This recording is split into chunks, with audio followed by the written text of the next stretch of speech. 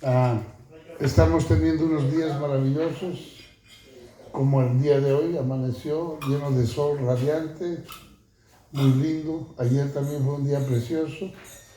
Antes de ayer igual, estamos teniendo un pequeño veranillo. Bien, empezamos.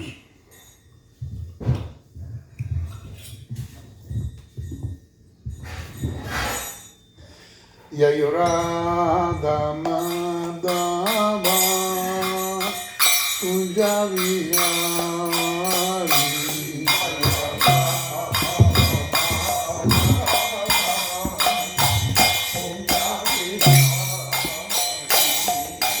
Gopi Anadalava Girivarava.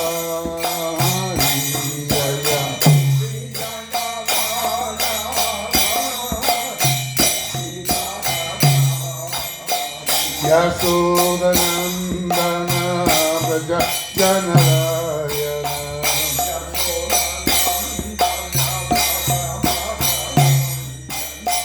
Yamuna Tira Vanachari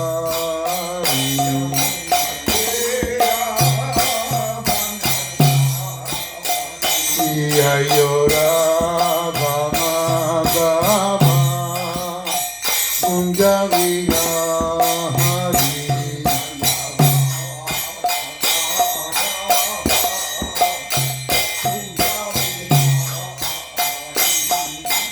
Gopi Anavalava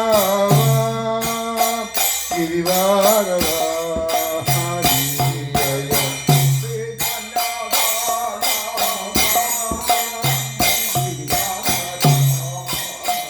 Yasodanandana Braja Janarayana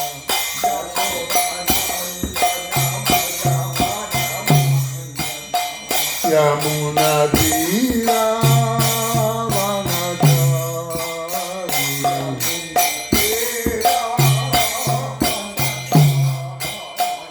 Yaya Sri Krishna Chaitanya Prabhu Nityananda Shri Advaita Gadadhara Srivastava Prabhakta-vrinda.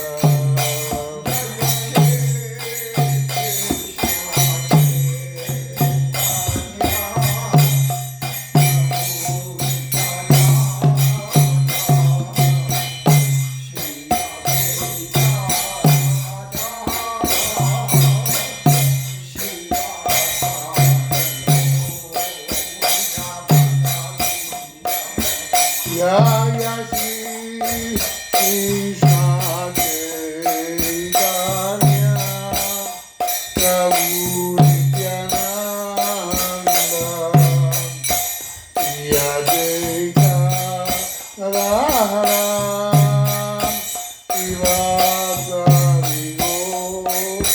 Prabhakta-vrinda.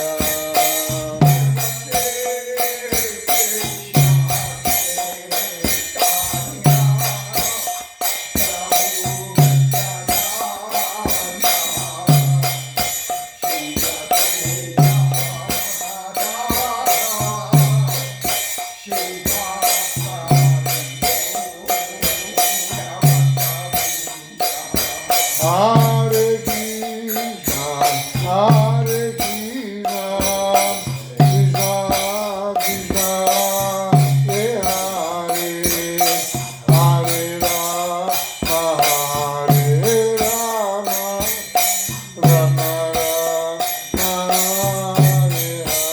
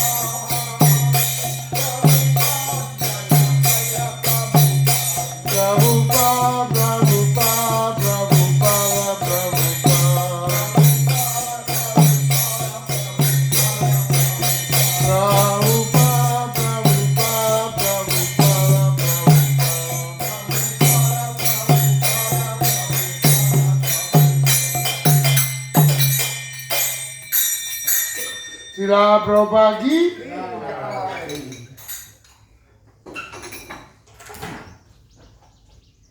Y hay devotos, como todos los domingos,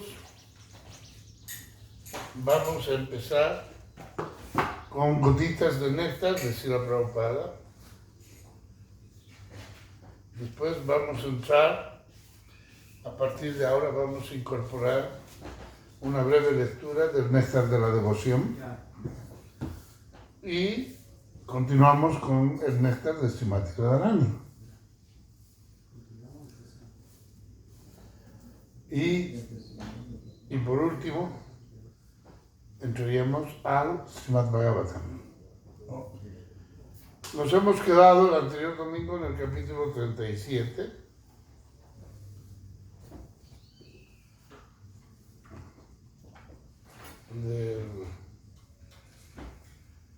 Que se llama, es el capítulo 37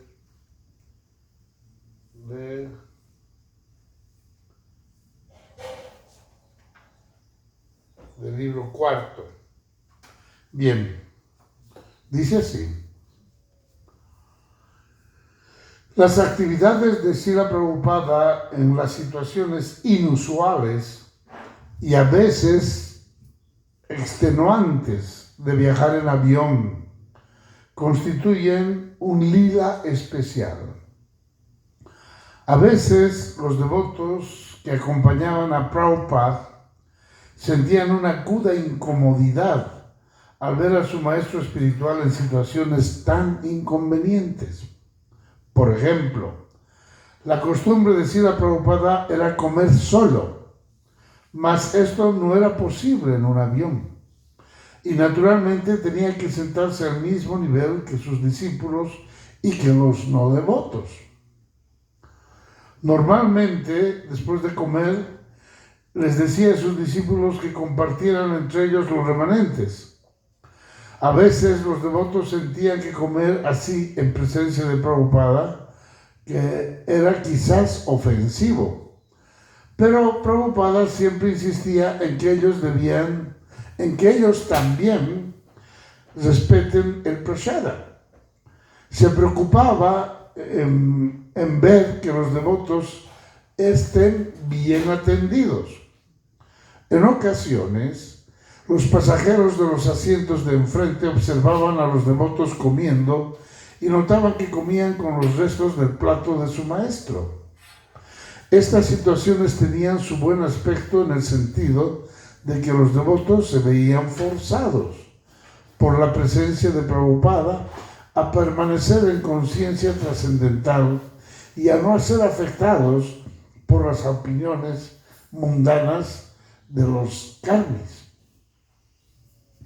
En una ocasión, volando Srila Prabhupada desde Venezuela, el único alimento que llevaba con él era un poco de arroz inflado envuelto en papel de aluminio.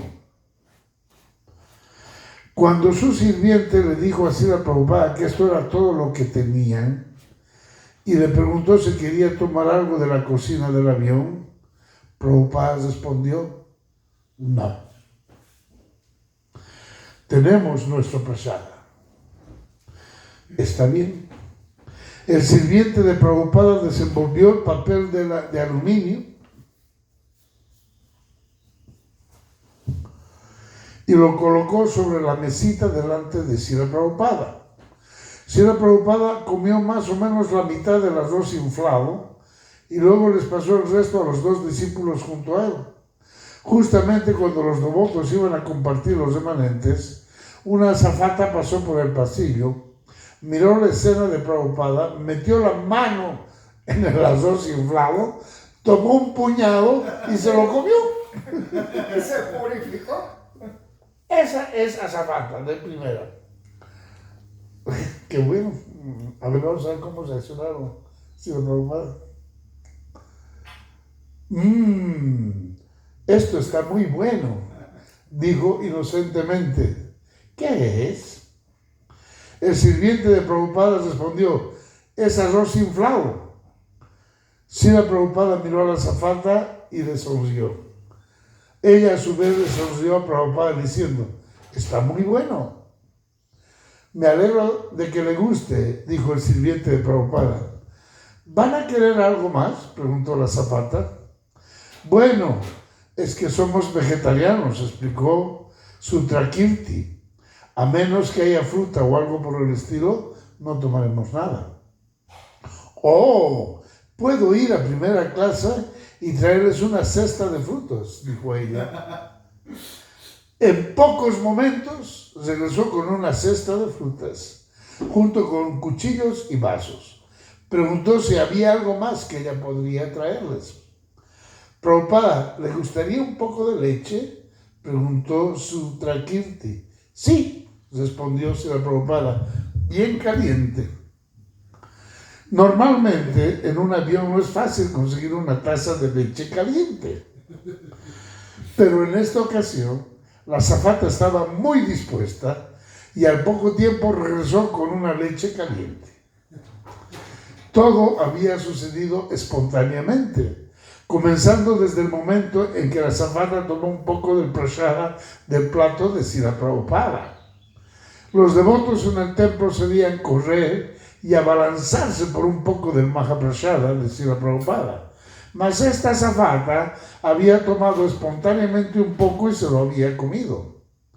Y entonces se había sentido inspirada a rendir servicio a Srila Prabhupada. Realmente, eso fue algo digno de ver, comentó Sutrakirti, cuando se hubo marchado la azafata.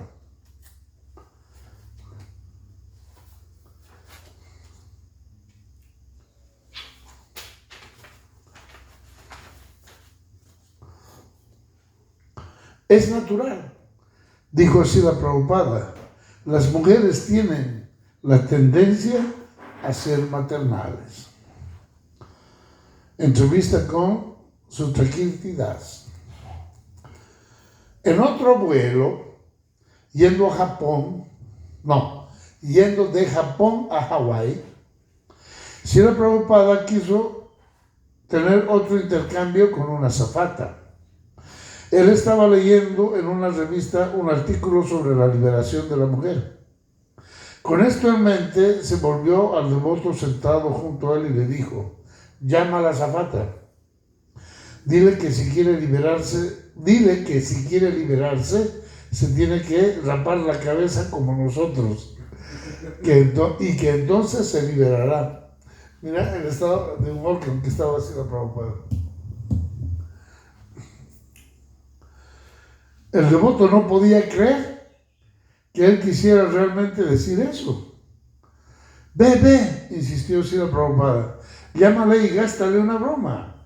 Dile que se tiene que rapar. Prabhupada parecía hacer esta petición en serio y la repitió, pero el devoto rehusó hacerlo.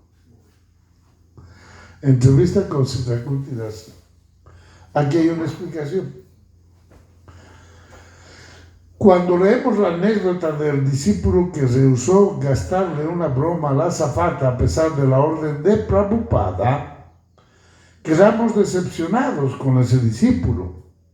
Sin embargo, en un sentido más amplio, cada uno de nosotros frecuentemente es puesto a prueba sobre si tiene la suficiente convicción para llevar a cabo las instrucciones de Prabhupada en ocasiones increíbles.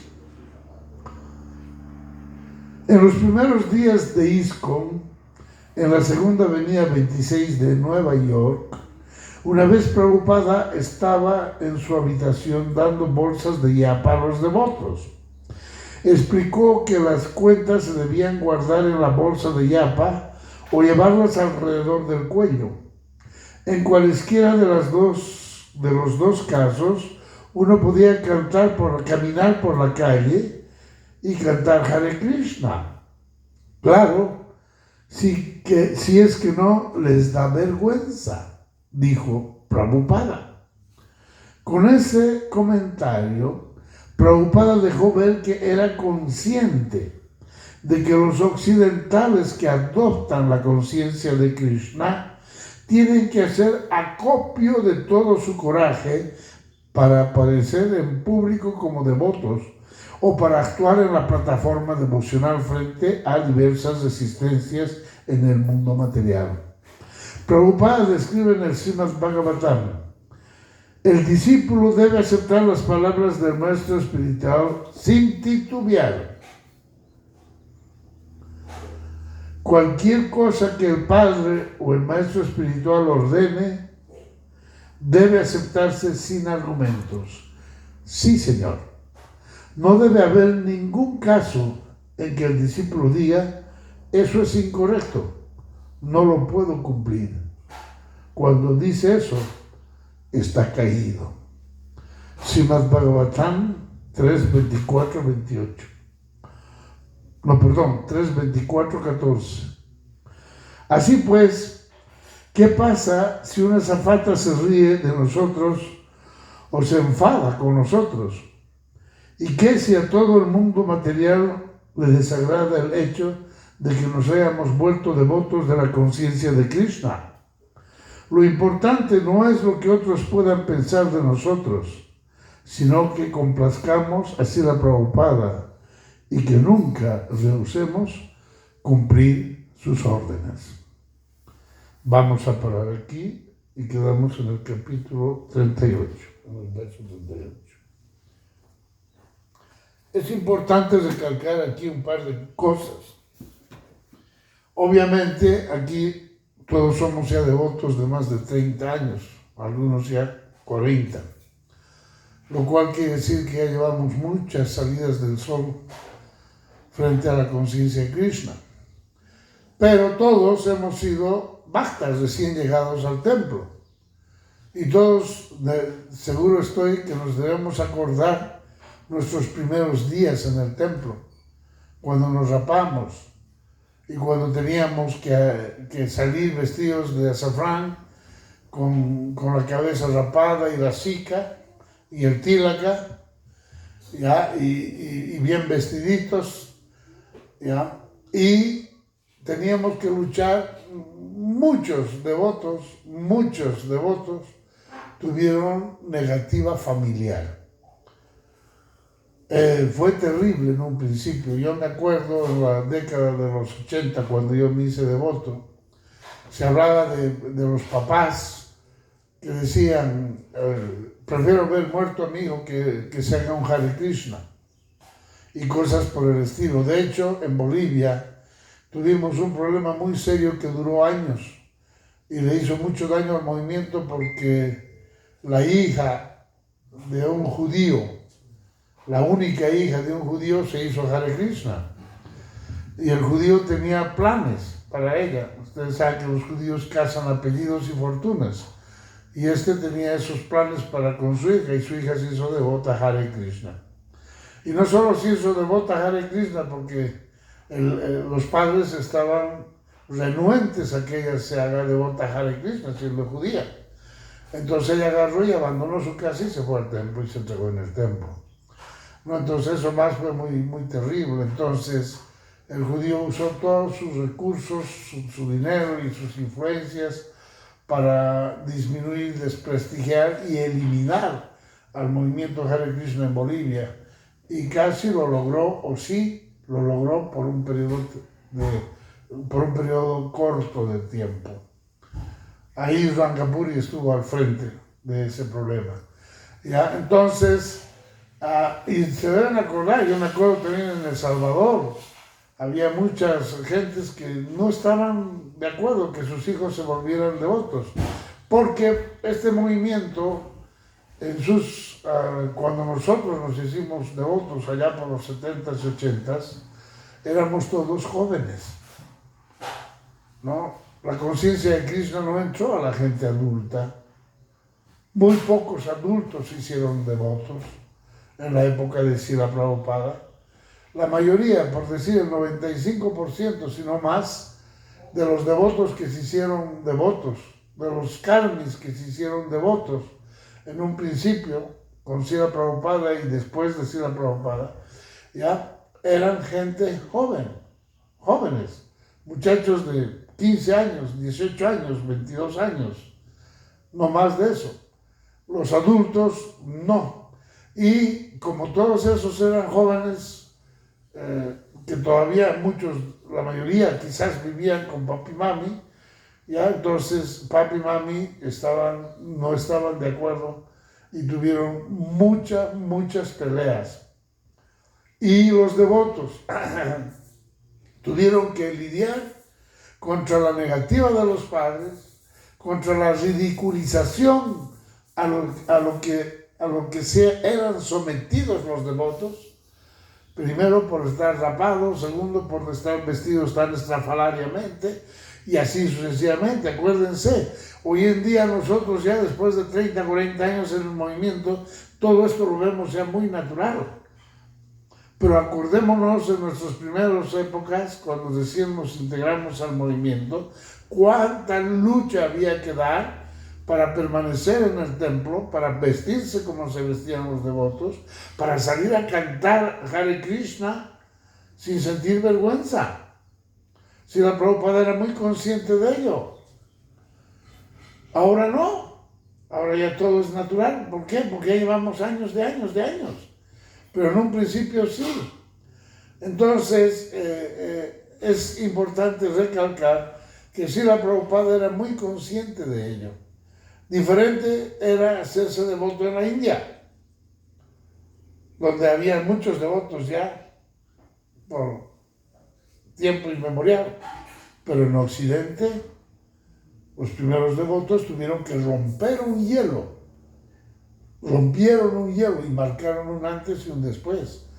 Hoy en día ya los devotos Hare Krishna son reconocidos en todo el mundo. Es más, en Nueva York hay un mural que es famosísimo, que es todo Nueva York en un solo cuadro. Todo lo que usted encuentra en Nueva York está en ese cuadro, todo. Y adivinen qué, hay unos devotos haciendo sankirtan en los buses. Y eso, ya en ese cuadro, los devotos ya eran parte de Nueva York, ¿no? Pero costó. Entonces, es importante que sepamos de que el movimiento en sus principios tuvo mucha reticencia de la gente local, especialmente de los adultos. Los jóvenes veían con muy buena cara, y de hecho no solo los que veían con muy buena cara, se convirtieron en la congregación de los Hare Krishnas, y muchos de ellos se hicieron discípulos de Srila Prabhupada, pero solo fueron jóvenes. Ahora ya todos esos devotos ya son mayores, adultos mayores, y quizás muchos se hayan dejado el cuerpo incluso ya de ancianos, ¿no? Entonces, sí, hubo una época que tuvo mucha controversia el movimiento Hare Krishna. Pero la fuerza, la pureza, el apoderamiento que traía Srila Prabhupada era mucho más poderoso que cualquier reticencia o cualquier negatividad que hubiese en esa época contra el movimiento. Y Srila Prabhupada venció todo obstáculo, absolutamente todo, y logró posicionar su movimiento ISKCON alrededor del mundo. Y justamente ahora estamos viendo en los pasatiempos de sus viajes en avión, porque Srila Prabhupada dio 12 vueltas alrededor del mundo. 12 vueltas, un anciano. A eso súmele todos los libros que escribió. A eso súmele todas las darshans, todas las reuniones que tenía con la prensa, con los devotos, con las autoridades, conferencias aquí, entrevistas allá. Entonces, realmente, cada vez que vemos con más detenimiento y ahondamos en la biografía de Srila Prabhupada, quedamos cada vez más y más sorprendidos de la grandeza, de la capacidad inigualable, inimaginable de Srila Prabhupada. Solo un alma pura, rendida a Krishna y apoderada por Krishna, pudo haber hecho la titánica y nunca igualada obra de Srila Prabhupada. Todo lo que él hizo fue abismalmente gigantesco. Y nunca nadie ha podido acercarse ni a la mitad de lo que él hizo. ¿No? Entonces, ese es nuestro maestro espiritual. Y ese maestro espiritual nos dice a nosotros, sus discípulos, sus nietos, porque nosotros somos nietos de Srila Prabhupada, ¿ya? Nos dice, trabajen en cooperación. Srila Prabhupada hizo este movimiento gigantesco. Él construyó una casa en la que todo el mundo puede vivir como lo estamos haciendo nosotros. Nosotros estamos viviendo en la casa de Srila Prabhupada. Esta casa es de Srila Prabhupada. Esta es la casa que Srila Prabhupada construyó para que todos los devotos puedan vivir en ella, como hijos o nietos o bisnietos o tataranietos y a lo que siga de él. Entonces debemos honrar ese legado que nos ha dejado Srila Prabhupada y asociarnos, tratarnos, relacionarnos entre nosotros con respeto. Ideal sería, como esta mañana dijo un devoto, con amor. Ideal sería. Pero si no desarrollamos amor, por lo menos respeto, por lo menos consideración. Y de esa consideración, de ese respeto, de ese cuidado que debemos tener en nuestra relación con los devotos, de esa etiqueta que debemos cumplir con los devotos, se irá desarrollando algún sentimiento superior. Somos hijos de la muerte, todos, no hay uno solo que se va a quedar de semilla, todos vamos a dejar el cuerpo, todos nos vamos a morir, unos antes, otros después. Y cuando nos llegue la hora de la muerte, ¿qué le vamos a ofrecer a Srila Prabhupada? ¿Todas mis peleas? ¿Todos mis rencores? ¿O le vamos a ofrecer el esfuerzo que hicimos?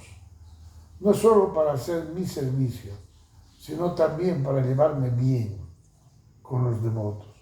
Si somos una familia, ninguno de nosotros ya vive con la familia paterna o materna. Ya hemos dejado atrás a papi y mami. Ya hemos dejado atrás hermanos, hermanas. Ya no hay. ¿Quiénes son mis hermanos ahora? Los devotos. Ya no tenemos hermanos consanguíneos con nosotros. Ya no. O se han muerto o están en lo suyo. Pero mis hermanos ahora son los devotos. Y a mis hermanos no debo criticarlos. Debo acercarme a ellos con humildad. Todos los días decimos, uno debe cantar el santo nombre en un estado mental humilde, considerándose el más bajo que una hojarasca de la calle, y estar dispuesto a ofrecer pleno respeto a los demás. ¿Qué decir de los devotos? ¿Voy a respetar al karmi que acabo de conocer y voy a maltratar al devoto que llevo años viviendo con él? ¿Cómo se entiende esta filosofía? Si somos hermanos, está bien, se entiende. Uno no siempre se entiende. Dentro de una familia hay diferentes criterios, hay diferentes gustos, hay diferentes formas de ver las cosas, de asimilarlas, está perfecto. No hay nada malo en ello. Lo malo está en ver la paja en el ojo ajeno, teniendo un tronco en el mío. Así dijo el Señor Jesucristo. Ahí está el problema. ¿Y eso qué quiere decir? La primera ofensa que debemos evitar: criticar, blasfemar o injuriar. La crítica no se queda con el devoto, se devuelve a uno. Es como un regalo. Si usted le lleva un regalo a alguien y ese alguien no le acepta, ¿es de él? Por supuesto que no. Sigue siendo mío, porque no me aceptó el regalo. La crítica es igual. Si usted critica a un devoto, ¿a quién le hace daño? ¿Al devoto? No, a mí, al que critica, porque se le vuelve como un boomerang. Porque la crítica es la primera ofensa que está escrita en la etiqueta, la crítica. Y como decía esta mañana el devoto, ¿por qué no ensalzar sus virtudes, sus cualidades? Y no siempre estar dándole con que esto, con lo malo, con lo que se equivocó, con lo que hizo mal, no. ¿Por qué? ¿Por qué no libar las flores de las plantas, de las flores? Libar el néctar. Y no revolotear como las moscas, ya saben dónde. ¿Por qué no asociarnos con lo bueno que tiene cada uno? Nadie está hecho de chocolate y bañado en oro.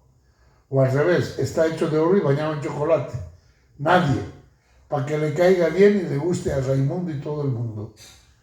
Todos tenemos nuestros anartas y tenemos nuestras cosas buenas y nuestras cosas malas. Todos. Entonces nadie puede decir él o a ella o aquel o allá. Nadie. Porque todos estamos bajo el mismo bote.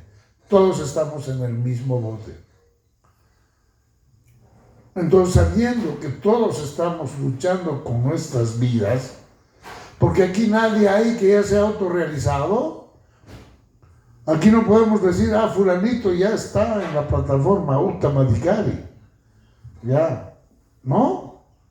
Todos estamos luchando. Unos más, unos menos. Pero todos estamos en la lucha. ¿De qué? De superar nuestros propios anartas.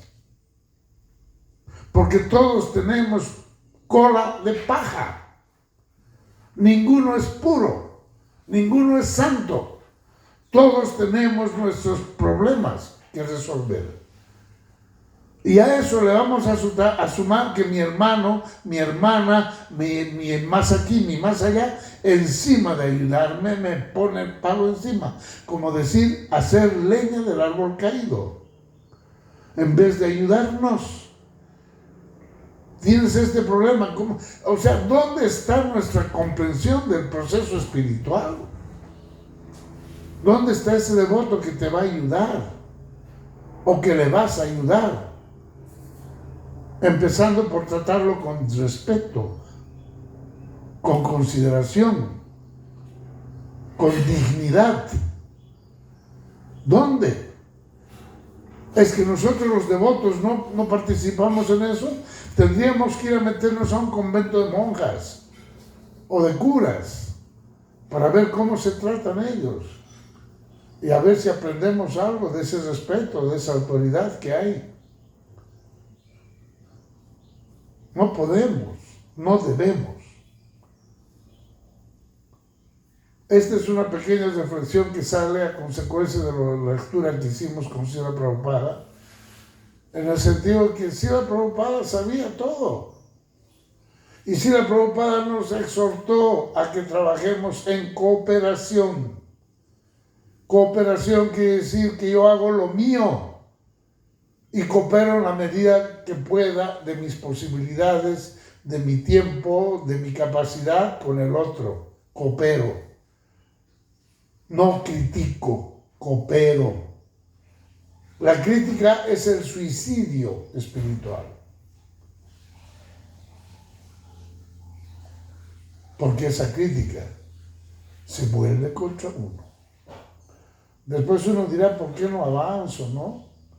¿Por qué cada día en vez de ser más tolerante, soy más intolerante? ¿Por qué será que cada día en vez de aguantar más no aguanto ni el vuelo de una mosca? Me dicen A y le doy el abecedario de respuesta. Entonces, ¿qué es lo que está mal? La actitud. Nuestra actitud. Ahora bien, continuando con esto, vamos a leer. Sí, Raúl. Quería hacer un comentario. Adelante.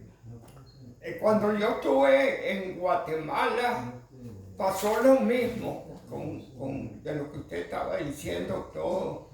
Cerraron el templo porque unos devotos estaban jugando, un devoto, hijo de un coronel, se hizo devoto y el coronel no dejó de atacar hasta que cerró parcialmente el templo.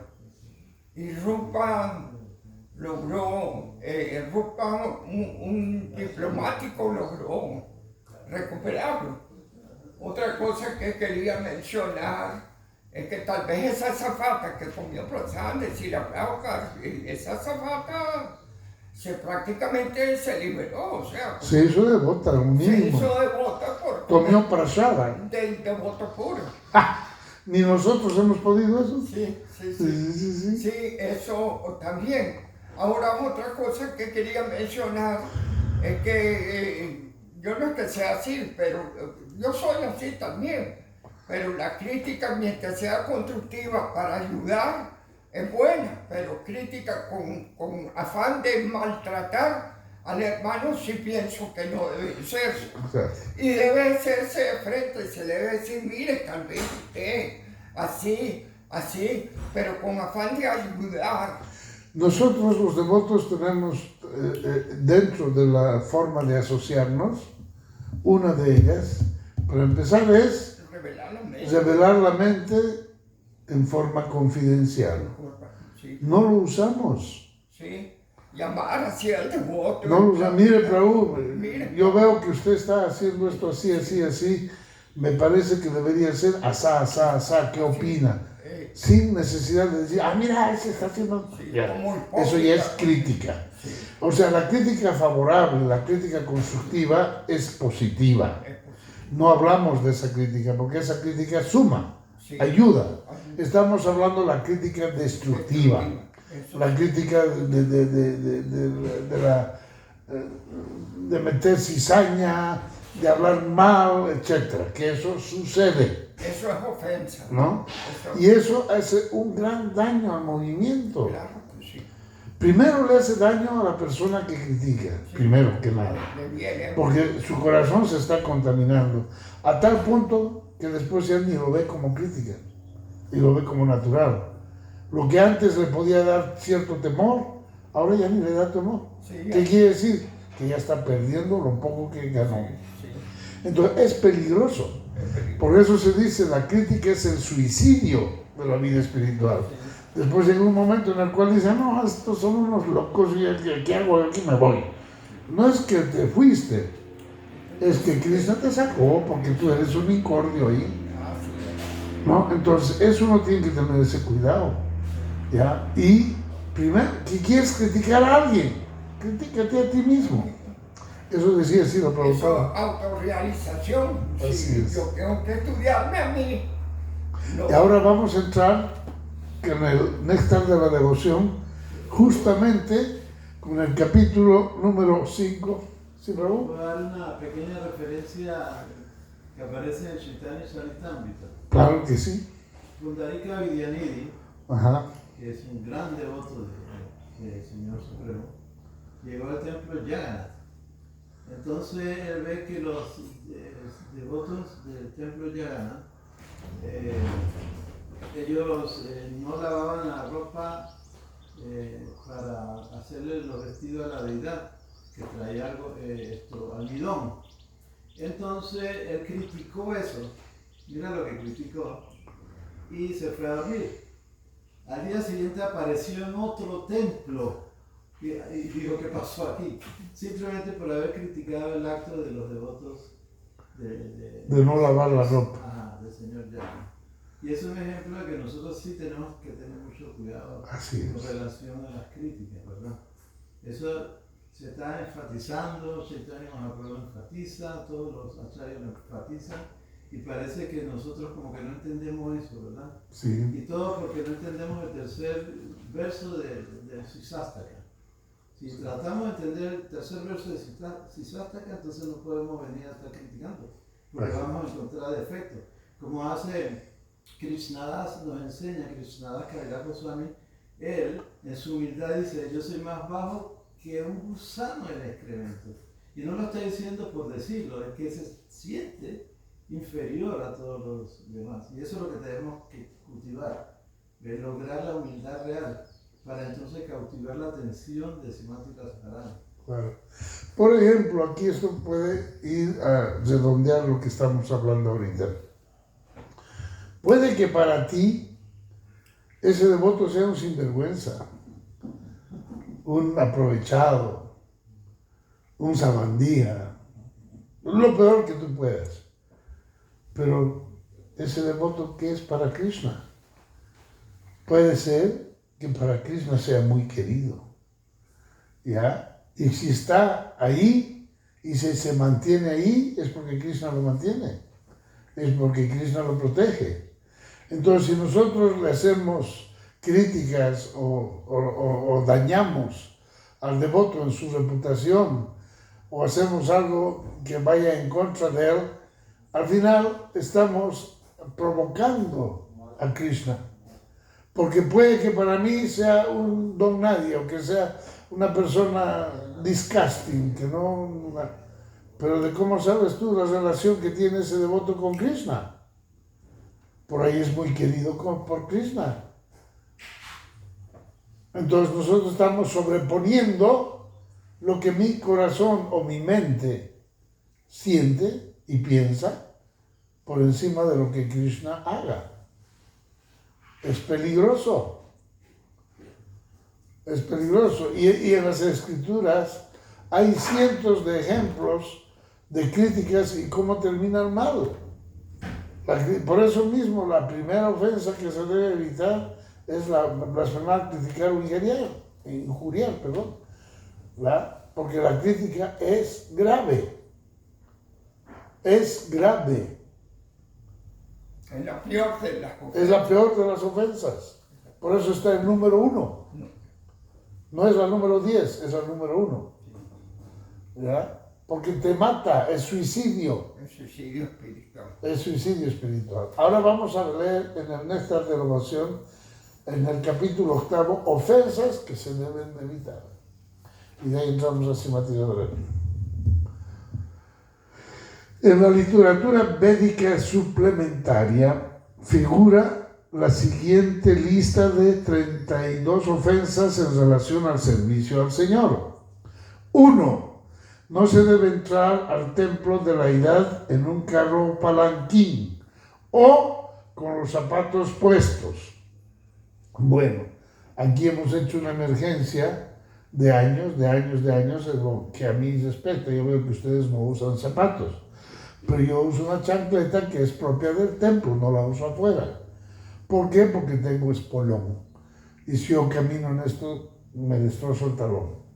Ya entonces ando así, pero desde tiempo inmemorial. Yo solo estuve descalzo al principio y por breves momentos. Pero pasarme 2 horas descalzos, fatal para mí, ¿no? Entonces, ahora no es un zapato que traigo de la calle y me lo meto. Sí. No, es uno que solo lo uso aquí. Valga la aclaración. También en el palanquín, por ejemplo, si entra un discapacitado o gente así que necesita... En silla de ruedas. Se entiende. Se entiende que es una zona de esas. Claro. Que una silla de ruedas no es un palanquín, ¿no? Es una silla de ruedas. Es como que es algo de que uno está está levantado. Lo que yo entiendo es que alguien entre, que sean Sí, 4 personas y que lo están llevan bien llamando sentado ahí. o algo así. Exactamente, está bien. Bueno, se entendió. 2.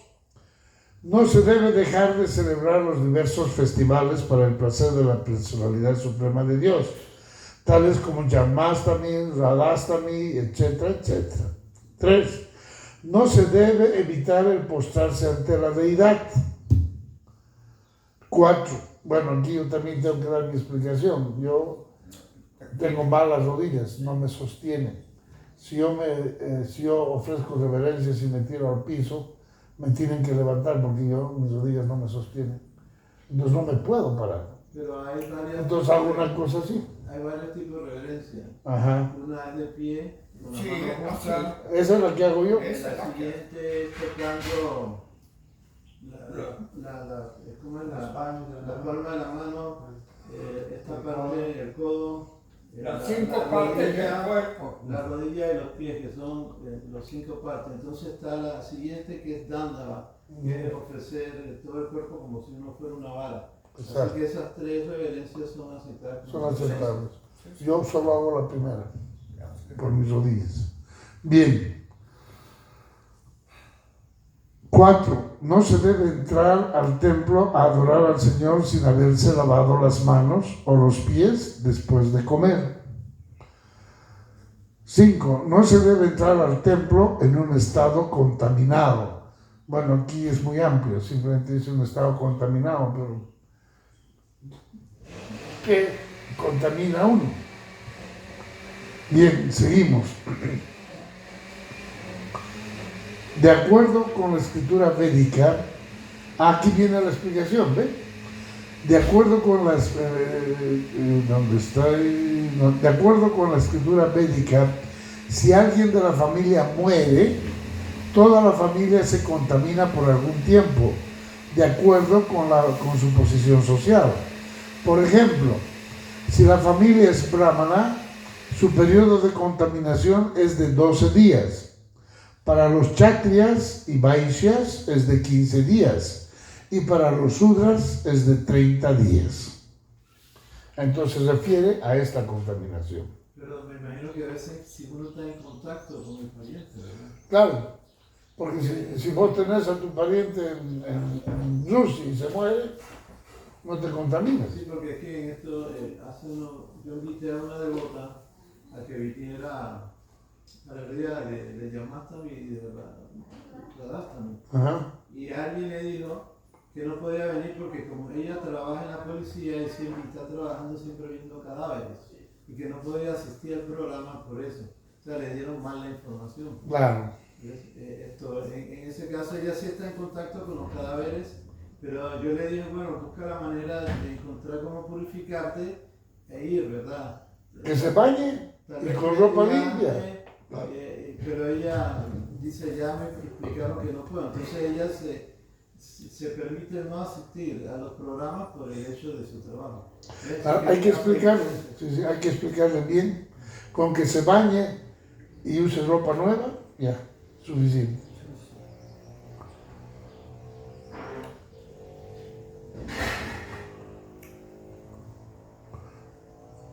Uno no debe postrarse con una sola mano.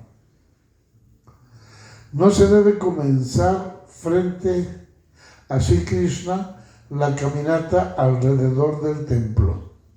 El proceso de caminar alrededor del templo se debe comenzar del lado del templo que corresponde al lado derecho de la deidad y dar la vuelta. Tal proceso debe ejecutarse fuera del edificio del templo por lo menos 3 veces al día. 8. Uno no debe estirar las piernas frente a la deidad.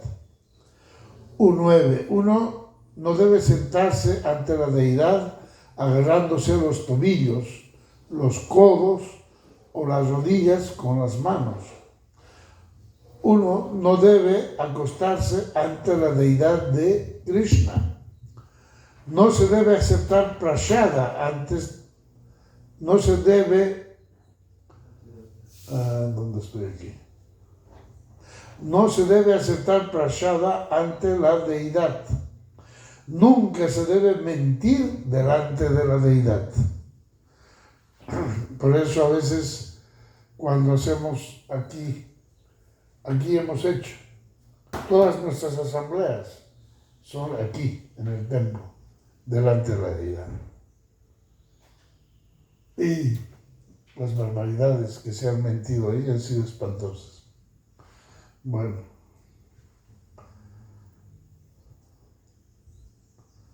No se debe hablar en voz muy alta delante de la deidad. No se debe hablar con los demás delante de la deidad. No se debe llorar ni aullar delante de la deidad. No se debe reñir o disputar ante la deidad. No se debe regañar a nadie delante de la deidad. No se debe dar caridad a los mendigos delante de la deidad. No se debe usar mantos de piel ante la deidad. No se debe elogiar ni alabar a alguien delante de la deidad. No se deben decir palabras soeces delante de la deidad. No se deben expeler ventosidades delante de la deidad. Uno no debe dejar de adorar a la deidad de acuerdo con sus medios. En el Bhagavad Gita se afirma que el Señor se satisface aún si un devoto le ofrece una flor, una hoja o un poco de agua. Esta fórmula que el Señor prescribe es universalmente aplicable, aún para el hombre más pobre. Pero eso no significa que aquel que tiene suficientes medios para adorar al Señor muy esmeradamente deba adoptar este método y tratar de satisfacer al Señor simplemente ofreciéndole agua y una hoja. Si alguien tiene medios suficientes, debe ofrecer hermosas decoraciones, bellas flores, buena comida y debe observar todas las ceremonias. No es que uno deba de tratar de satisfacer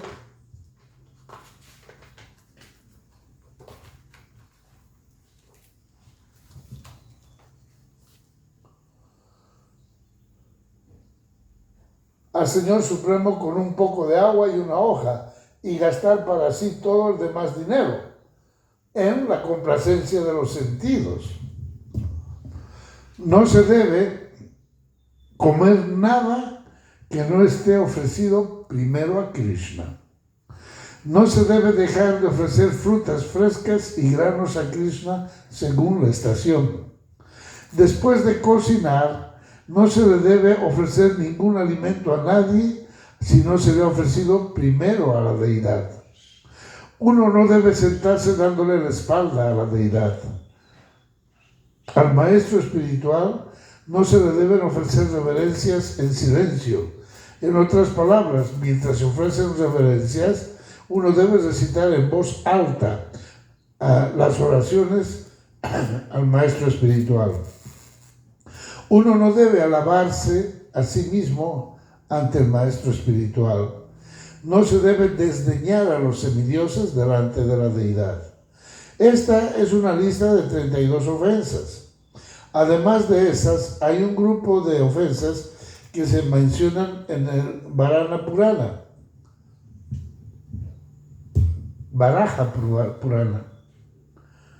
que son las siguientes.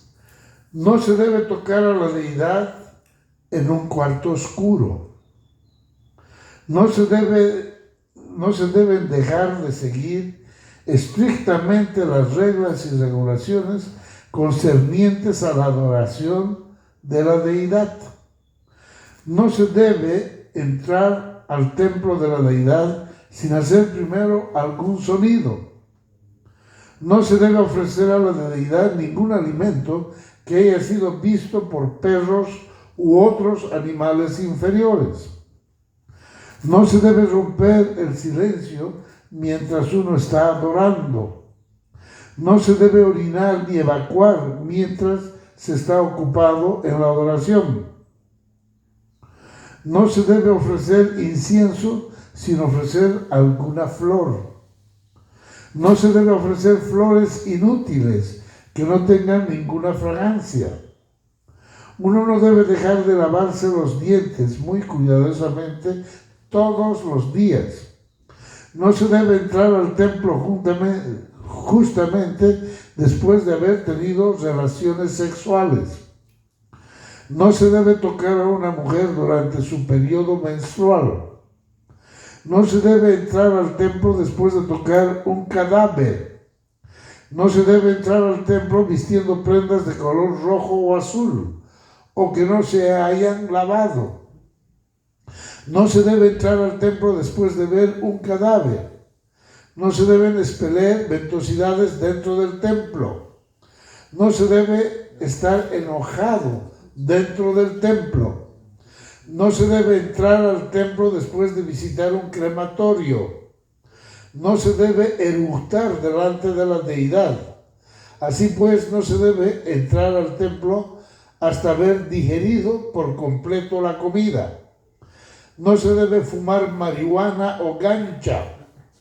No se debe usar opio ni estupefacientes similares. No se debe entrar al cuarto de la deidad o tocar el cuerpo de la deidad después de haberse untado aceite en el cuerpo. No se debe irrespetar una escritura de enseñanza acerca de la supremacía del Señor. No se debe introducir ninguna escritura contraria. No se debe masticar betel ante la deidad. No se debe ofrecer una flor que se ha guardado en un pote sucio. No se debe adorar al Señor mientras uno está sentado en el suelo directamente. Uno debe tener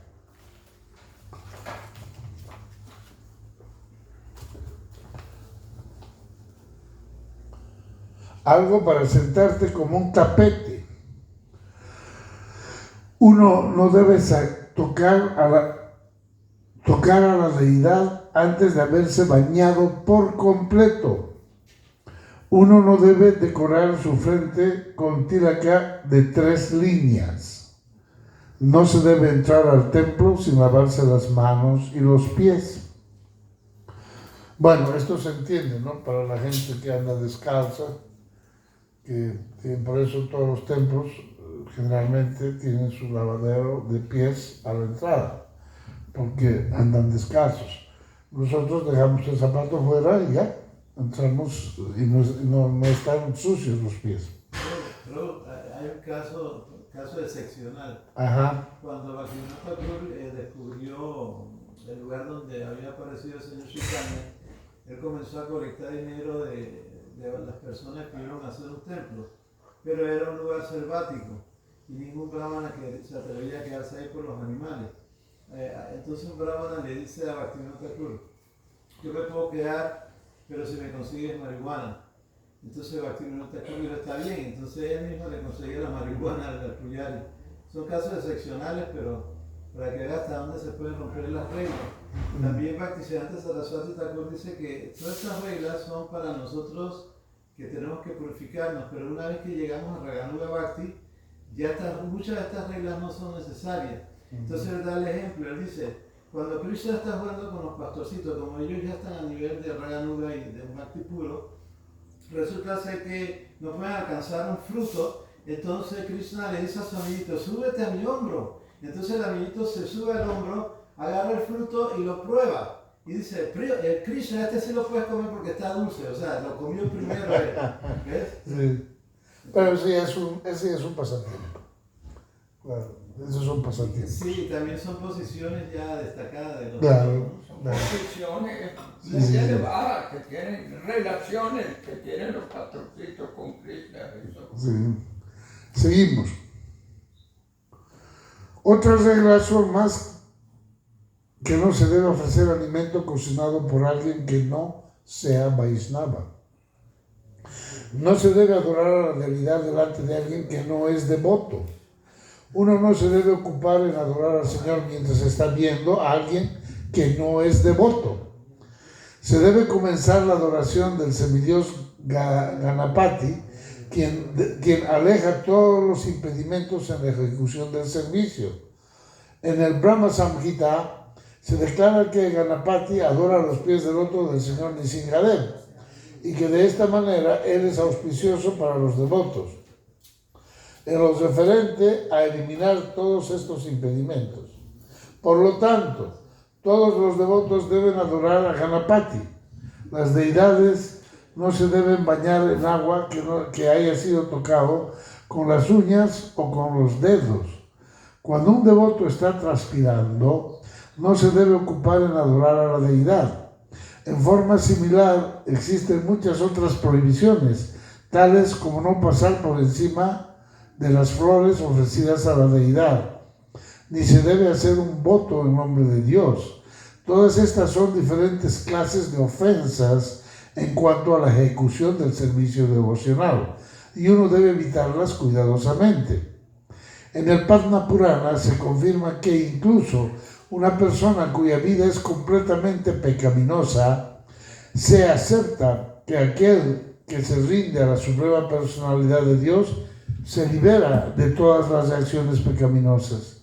E incluso cuando una persona se convierte en un ofensor de la suprema personalidad de Dios mismo, se puede liberar simplemente refugiándose en los santos nombres del Señor. Hare Krishna, Krishna Krishna, Hare Hare, Hare Rama, Rama Rama, Hare Hare. En otras palabras, el canto del Hare Krishna es beneficioso para erradicar todos los pecados, pero si uno se convierte en un ofensor de los santos nombres del Señor, entonces no tiene posibilidad de liberarse. ¿Cuál es la número 8, no? La 7. Considerar que uno puede evitar, que puede contrarrestar actividades pecaminosas con el canto del santo nombre. ¿Cuál que es la octava, creo, no? La novena. La novena. La novena es predicar a los que no tienen fe, sí. Bueno, pero está estipulado esto. Sí. Ya voy a decir, La sexta. La séptima. La séptima. La séptima. Ok. Las ofensas al canto del santo nombre son las siguientes. Aquí está, ahí entramos. Blasfemar a los devotos que han dedicado sus vidas a la propagación del canto del santo nombre. Considerar que los nombres de los semidioses, tales como el señor Shiva o el señor Brahma, son iguales al nombre del señor Vishnu o independientes de él. Algunas veces, la clase de hombres ateos considera que cualquier semidios es igual a la suprema personalidad de Dios, Vishnu. Pero un devoto sabe que ningún semidios, no importa cuán grande sea, es por sí solo o igual a la suprema personalidad de Dios. Por lo tanto, si alguien piensa que puede cantar Kali, Kali o Durga, Durga, y es lo mismo que cantar Hare Krishna, esta es una ofensa muy grande. Seguimos.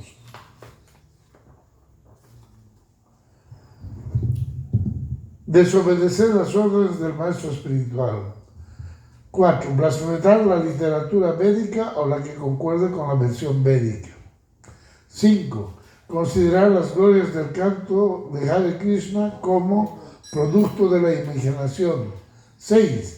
Dar alguna interpretación del santo nombre del Señor. 7. Realizar actividades pecaminosas con la idea de contrarrestarlas mediante el canto del santo nombre. Este era el que vimos. La séptima. La séptima, sí. Puesto que al cantar el santo nombre del Señor, uno puede liberarse de toda clase de reacciones pecaminosas. No se debe creer que uno puede continuar actuando en forma pecaminosa y luego cantar Hare Krishna para neutralizar sus pecados.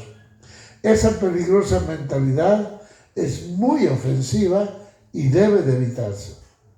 8. Considerar el canto Hare Krishna como una de las actividades ritualísticas propicias que se ofrecen en los Vedas como actividades fruitivas, karma kanda. 9. Instruir acerca de las glorias del santo nombre a las personas que carecen de fe. Cualquiera puede participar en el canto del santo nombre del Señor, pero al principio no se le debe instruir acerca de las potencias trascendentales del Señor. Aquellos que son muy pecadores no pueden apreciar las glorias trascendentales del Señor y por consiguiente es mejor no instruirles al respecto. Y 10, no tener plena fe en el canto de los santos nombres y mantener apegos materiales aún después de haber comprendido tantas instrucciones al respecto. Todo devoto, ve, aquí dice que dice ser Vaishnava, esta es la traducción original, dice así: todo devoto que dice ser Vaishnava debe cuidarse de no cometer estas ofensas a fin de alcanzar rápidamente el éxito deseado. Yo no sé cómo lo corrigieron esto, o tal vez lo corrigieron después. No, porque va en contra, el devoto nunca dice que es un Vaishnava, ¿no? Bueno, aquí van, ya son 8:15. Esa es la primera traducción del Néctar de la Devoción. Claro, esta debe ser edición de cuándo es esta. Esto es de los 70, por ahí, pero no sé qué fecha. Pero sí, porque ahí aparecen los devotos que viven en Los Ángeles, los que tradujeron el Néctar de la Devoción. ¿En serio está aprobado? No, a ver si en la parte de atrás tiene, porque adelante no tiene. El año de la publicación, no tiene. Pero fue la primera traducción. Sí. Al español. En la primera lámina está Srila Prabhupada, en la segunda están Rupa Goswami y Sanatana Goswami, y así, sí, el Néctar de la Devoción. Aquí ya hay. Bueno, ya son las 8:15, ¿nos da tiempo para el algo o ya no? ¿Cuánto? Ok, perfecto.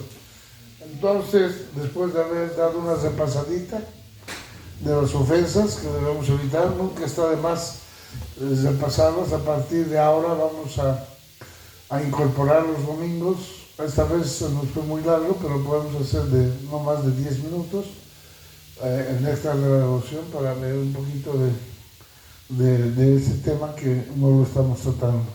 Bien, continuamos entonces con el capítulo 2 de Srimati Radharani. La grandeza del amor de Radharani por Krishna.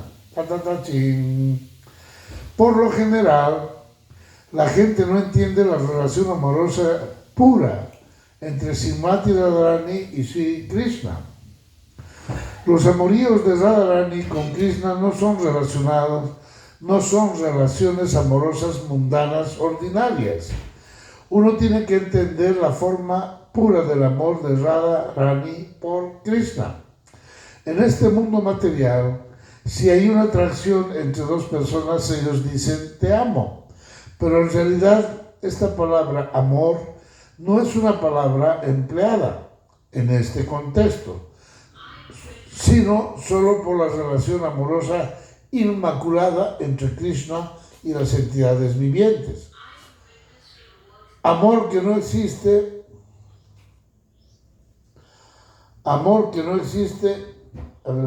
amor significa que no existe un interés egoísta, que uno trabaja solo para la satisfacción del Señor Krishna, debido a que el amor material siempre se basa en la complacencia de los sentidos.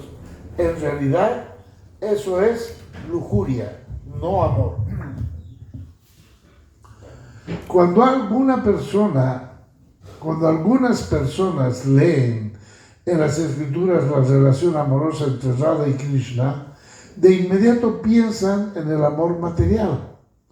Pero la relación amorosa entre Krishna y Radharani es puro, porque Radharani está amando a Krishna solo para la satisfacción de él.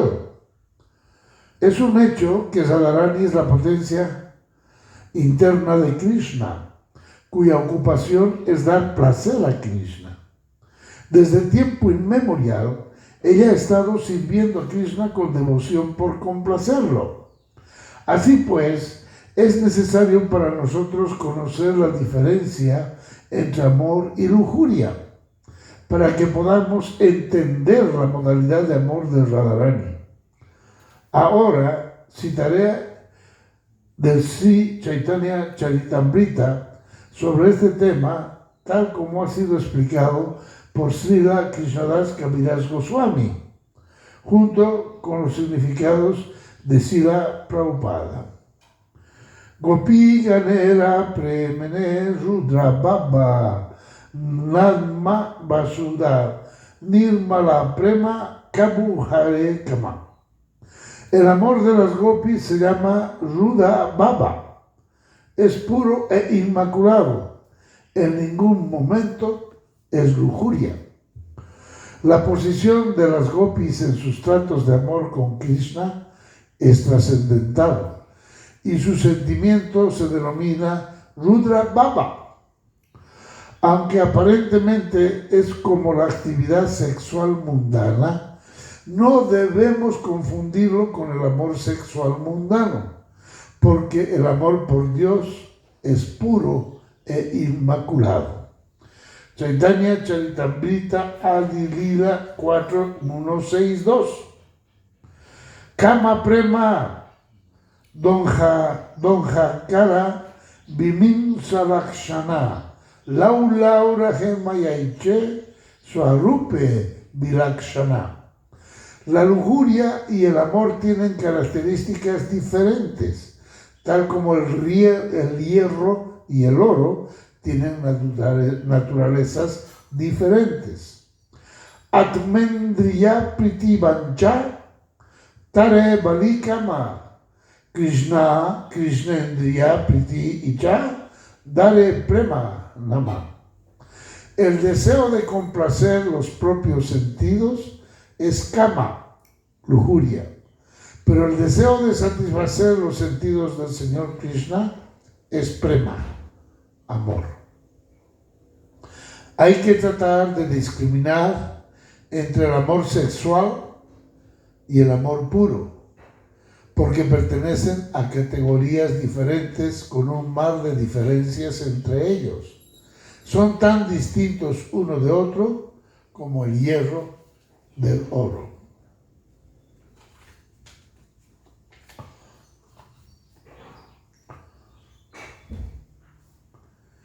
Las escrituras reveladas describen el amor puro como sigue: Sarvata Dvamsa Rahitam Satyapi Dvamsaha Kare Yad Baba Bandan Yunoksa Prema Pabri Kri Tara. Si hay suficientes razones para que ocurra la disolución de una relación conyugal y pese a ello dicha disolución no ocurre, esa relación de amor íntimo se puede decir que es pura. Las predominadas gopis estaban atadas a Krishna por esa clase de amor puro. Para ellas no se trataba de amor sexual basado en la complacencia de los sentidos. Su única ocupación en la vida era ver feliz a Krishna en todo aspecto, sin tener en cuenta su propio interés personal. Dedicaron sus almas únicamente a la satisfacción de la personalidad de Dios, el Señor Krishna. No había el más ligero indicio de amor sexual entre las gopis y Krishna. El autor del Sri Chaitanya Charitamrita afirma con autoridad que el amor sexual es una cuestión de disfrute personal de los sentidos. Todos los principios regulativos de los Vedas referentes a los deseos de popularidad paternidad, riqueza y demás, son fases diferentes de la complacencia de los sentidos. Se puede llevar a cabo acciones para la complacencia de los sentidos bajo la apariencia de bienestar público. Nacionalismo, religión, altruismo, códigos de ética, códigos bíblicos, normas de sanidad, acción fructiva, timidez, tolerancia, comodidad personal, liberación del cautiverio material, progreso, afecto familiar o temor del ostracismo social o castigo legal. Pero todas estas categorías son subdivisiones diferentes de una sola cosa: la complacencia de los sentidos. Todas estas buenas acciones se llevan a cabo básicamente por la propia complacencia de los sentidos, porque nadie puede sacrificar su interés personal mientras cumple con esos principios religiosos y morales tan pregonados. Pero por encima de todo esto hay un nivel trascendental en el que cada uno se siente tan solo un eterno servidor de Krishna, la absoluta personalidad de Dios. Todas las acciones realizadas con ese espíritu de servidumbre son amor puro por Dios, porque se realizan para la absoluta complacencia de los sentidos absolutos del Señor Krishna. Sin embargo, cualquier acción realizada con la intención de gozar de sus frutos o resultados es un acto de complacencia de los sentidos. Estos actos son visibles, a veces en forma física y otras en forma sutil. Chaitanya Charitamrita, Adi Lila 4.16465. Srila Krishna Kaviraj Goswami continúa. El objetivo de la lujuria es solo el disfrute de los sentidos de uno, pero el amor se ocupa en proveer el disfrute del Señor Krishna y por eso es muy poderoso.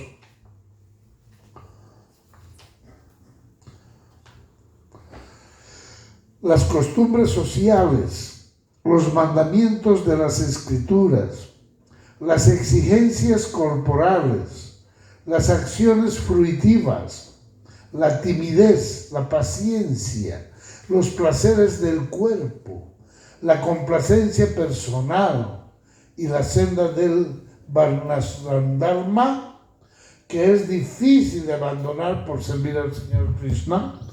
Las gopis han renunciado a todo eso, así como también a sus propios parientes, a su castigo y reprimenda. Ellas le presentan a él un amoroso servicio en aras de su disfrute. Esto se llama firme apego al Señor Krishna. Es inmaculado y puro, como una tela limpia que no tiene mancha. Por tanto, amor y lujuria son muy diferentes. La lujuria es como la densa oscuridad, pero el amor es como el sol brillante. De modo que no hay el menor indicio de lujuria en el amor de las gopis. Su relación con Krishna no tiene otro interés que el disfrute de Krishna. Oh bien amado, queridísimo, tus pies de loto son tan suaves que los ponemos con cuidado sobre nuestros pechos, por miedo a que se hagan daño. Nuestra vida reposa solo en ti, por eso nuestra mente está ansiosa, pensando que tus tiernos pies se vayan a lastimar con las piedras mientras deambulas por el camino del bosque. A las gopis no les importan sus propios placeres o sufrimientos. Todas sus actividades físicas y mentales tienen como finalidad darle placer al Señor Krishna. Renunciaron a todo por Krishna.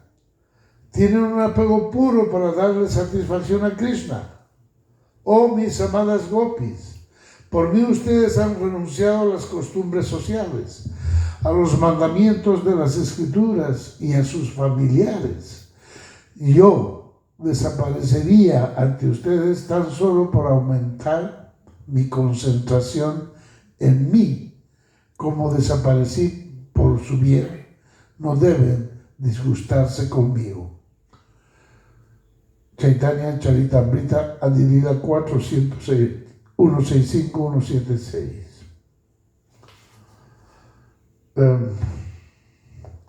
Como vamos de tiempo, esto es largo y no lo vamos a terminar esta clase.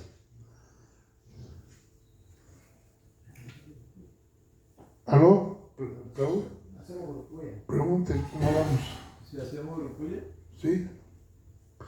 Entonces, vamos a parar aquí porque esto todavía tiene muchas más páginas y ya estamos 8:30, ¿no? Y me gustaría que hiciéramos algún comentario, pero sin cámara, puedes parar la cámara.